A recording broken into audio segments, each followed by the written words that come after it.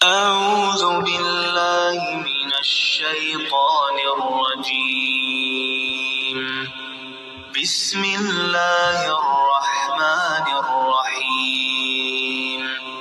اللہ یاری کہتا ہے کہ حسن رضی اللہ تعالی عنہ کا جنازہ جب پہنچا تو عائشہ رضی اللہ تعالی عنہا خچر پر سوار ہو کر آئیں اور حسن رضی اللہ تعالی عنہ کو دفنانے نہ دیا اور ان پر تیر برسائے گئے۔ تو بات یہ ہے کہ باقی بات کو آپ چھوڑ دیں، اور یہ بھی کہتا ہے کہ یہ اہل سنت کی کتابوں میں نہیں ہے، ہماری کتابوں میں درج ہے، ان کی کتابوں میں نہیں ہے۔ اس طرح کی باتیں وہ لکھتے نہیں ہیں۔ جی میرا ایک اور سوال یہ ہے کہ یہ بی بی کیا نام ہے امام حسن کے جنازے پہ تیر چلائے گئے تھے، ٹھیک ہے، تو اس کے اوپر مجھے تھوڑا سا حقائق سے بیان کریں۔ دیکھیں یہ تیر جب چلا تھا تو اس زمانے میں پہلا تیر چلایا گیا تھا، پتہ نہیں کس عورت کا نام لیا جاتا ہے۔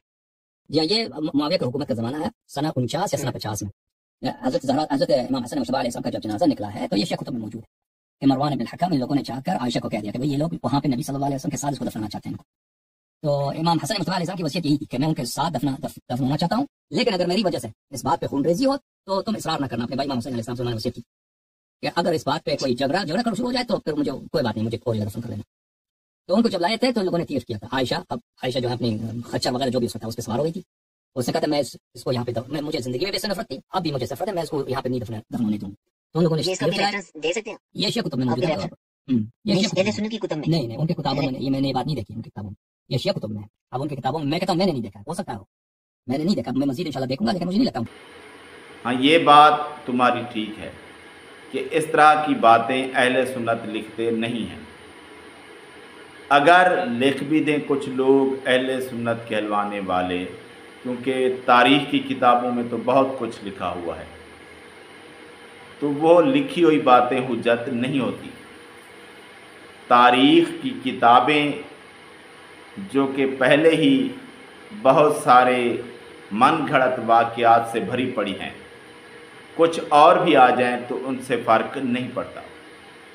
حقیقت ہوتی ہے، حقیقت کی کوئی مضبوط سند ہوتی ہے۔ تو بات یہ ہے کہ کہتے ہیں کہ عائشہ رضی اللہ تعالی عنہا خچر پر سوار ہو کر آ گئی کہ ادھر حسن رضی اللہ تعالی عنہ کو دفن نہیں کرنا۔ بھئی دفن کرنے کہاں آئے تھے؟ حجرہ عائشہ میں رضی اللہ تعالی عنہ، اور حجرہ عائشہ کہاں تھا؟ جہاں عائشہ رضی اللہ تعالی عنہ رہتی تھی، یا ان کے پاس بعد میں سودا رضی اللہ تعالی عنہ کا گھر آ گیا، وہ بھی اسی کے ساتھ ملحق تھا۔ تو اپنے گھر میں خچر پر سوار ہو کر کیسے آئیں؟ ان کا گھر کہیں دور تو نہیں تھا کہ وہاں سے وہ خچر پر سوار ہو کر آئیں؟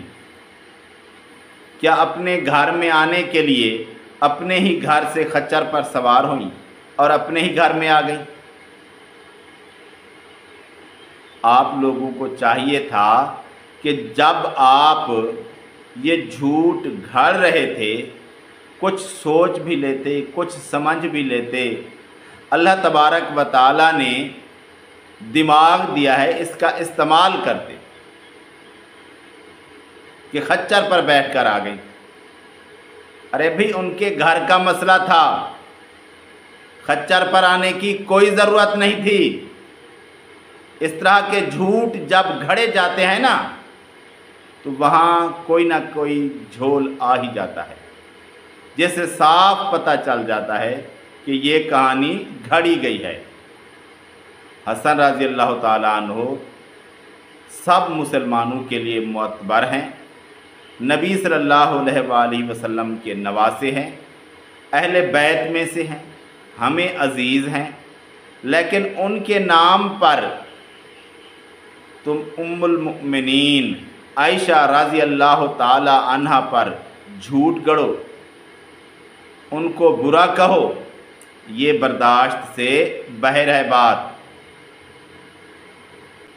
کالے جتنا بھی اپنے منہ پر کالک ملیں، ہم ان کے جھوٹوں کو ماننے والے نہیں۔ جو شخص بھی دنیا کے اندر مسلمان ہے وہ کالوں کے جھوٹوں میں نہیں آنے والا۔